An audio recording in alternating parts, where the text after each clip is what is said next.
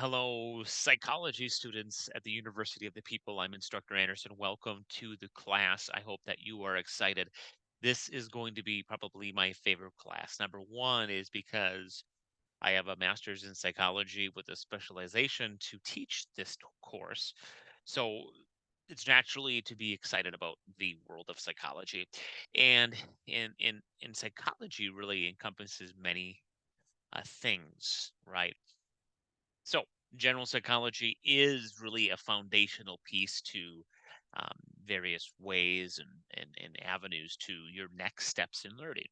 I also I've taught sociology, emotional intelligence, and health psychology here at the university. It's been a pleasure. So I'm going to go over a PowerPoint. Here's how I work my videos for my class. I do weekly videos and I do content videos for the chapters every week. And I encourage you to watch those videos to try to make that personal connection, as if I were to be in a classroom, right, instructing and lecturing. This first video is just a quick intro about the course, expectations, things that I feel you should know. And then I will make a second video of the chapter to introduce psychology, the history, research methods, and also the ethics in psychology as well. So, all right, here we go. I'm going to share a PowerPoint here with you, and it is the intro to psychology. So, welcome, welcome, welcome. I am going to turn my video off, and I do that because sometimes it can just be a distraction. So, welcome to the class. I'm Instructor Anderson. You can just address me in emails or any messages that you have for me with Instructor Anderson. So, what is psychology? And we know that, um, psychology is the study of the human mind and the functions around it, right? When we think of memory, we think of motivation, we think of our emotions, right? That all works to understand around psychology, right? And so sometimes when people think of psychology, they think of not just the brain, but also those clinical issues, abnormal psychology. But it really is various aspects, right, that it covers a multitude of components, right, from the individual self to the way we interact, to the way our communities function and the reasoning why. So when we think of sociology, that is a subtype of psychology, but it's important to understand why psychology is a big part of that, right? So this course will serve as an overview of those major fields in psychology, right? And we're going to cover quite a bit in really, when you think about it, a short amount of time. So I'm glad that you're here. So here are your learning objectives, right? Examining the field of psychology from a multitude of perspectives, from a cultural, current, and historical perspectives. And really, you have to understand with that, psychology has many. You want to say founding fathers, right? But you have many even pioneers of the field that include women that have created this subject to help you understand the reasoning why we do such things. So you're going to, if you ever take health psychology, it's for example, there's a piece that we learn in there called gender conditioning. Well, we think about operant conditioning. What does that mean, and why has that been created to understand more about the human um, behavior behind it? We're going to evaluate concepts of psychology, review psychological research studies, discuss the different bases of behavior, and explain the effects of discrimination and stigma for people who suffer from mental illness in this. So, breaking down the weeks, week one, we're going to do introductions to psychology. Next week, biopsychology and consciousness. Week three, sensation, perception, and learning. Week 4 through 6, we'll do thinking, intelligence, and memory. Week 5, lifespan and motivation with emotions. Week 6, we'll cover personality and social psychology. Week 7, will be industrial organizational psychology and stress. Week 8, psychological disorders and treatment, and then we'll do our course or review and our final. Here are your requirements for the course. I am not going to read all of this, but every week you are expected to be engaged in the course.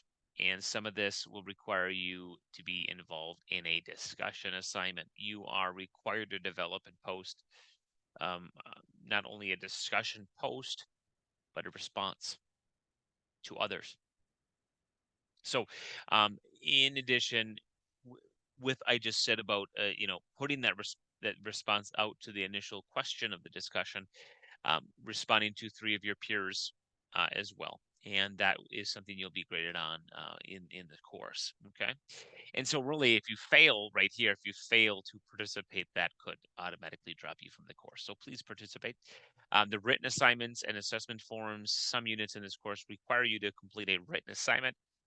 You are required to submit your assignments by the indicated deadlines, and in addition to peer assess 3 of your classmates. And really, when you peer assess, that is important that you go over the information that will be in your learning guide of how you assess. But the biggest thing that I can tell you right now is you want to assess your peers in a way that you would want to be assessed.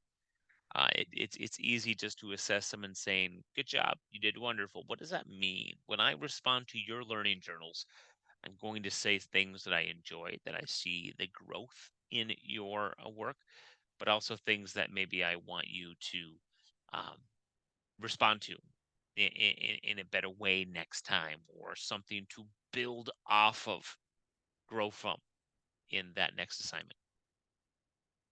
Feel free to pause this video at any time. The learning journals.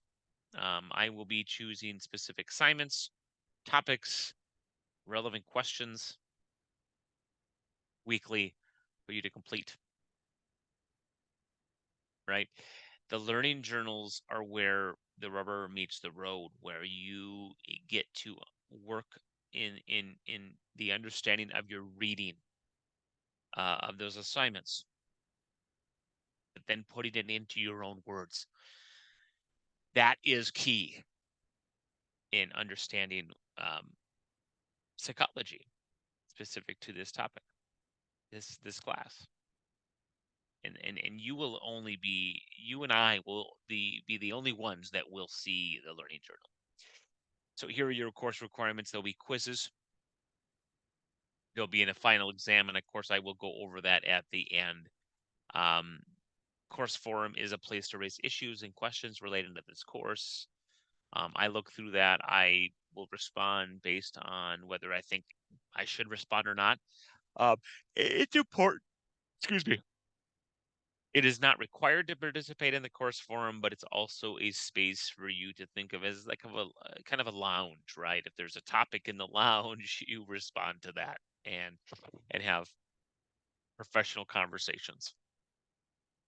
Here are your course policies for this and how it's weighted, and you can see that 40% for the final exam. Yes, that is a heavy weighted percentage, but everything is somewhat equal and everything adds up. So think about that is yes, you have your 2 graded quizzes, you have your learning journals, but those pieces really do add up. And so obviously, if you did well in the final exam, but you didn't do too well on any of the learning journals or written assignments, really that final exam at the end is not going to make up for it. Basic grading scale. If you have any questions, let me know. If you believe that the final grade you have received in this course, is not something that you feel that you had deserved, please contact me. That is so important. I am considered a very flexible individual, and I am somebody that's not going to grade you um, because of my opinion for something. I grade you based on where I see you growing in the content, learning from the content, meeting those weekly objectives. All right. Participation in anything is important, right? It gets to see where you are understanding um, the information that is presented. I cannot emphasize enough in this course that academic honesty and integrity is crucial, really, for your success. Um, if you are not sure of what plagiarism is, I encourage you to reach out to me. I'd be more than happy to respond to you personally with a video, with a message.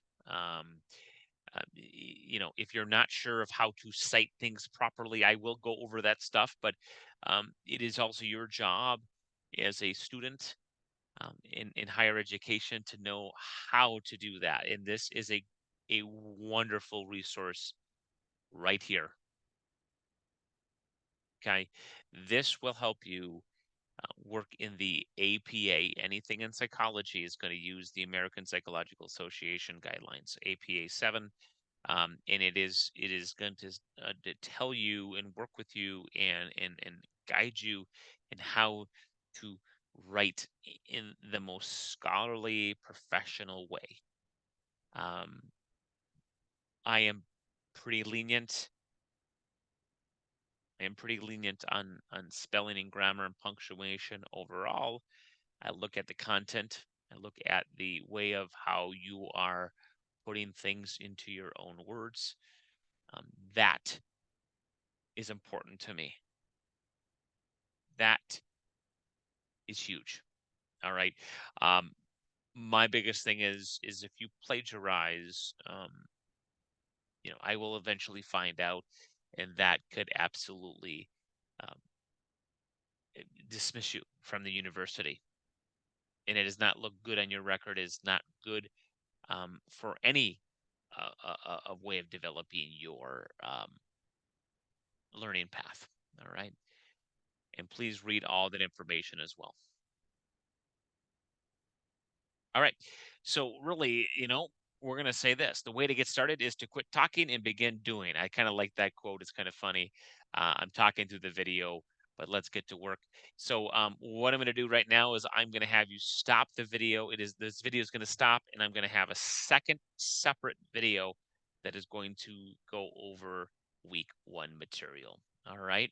Take care. Thank you, everybody.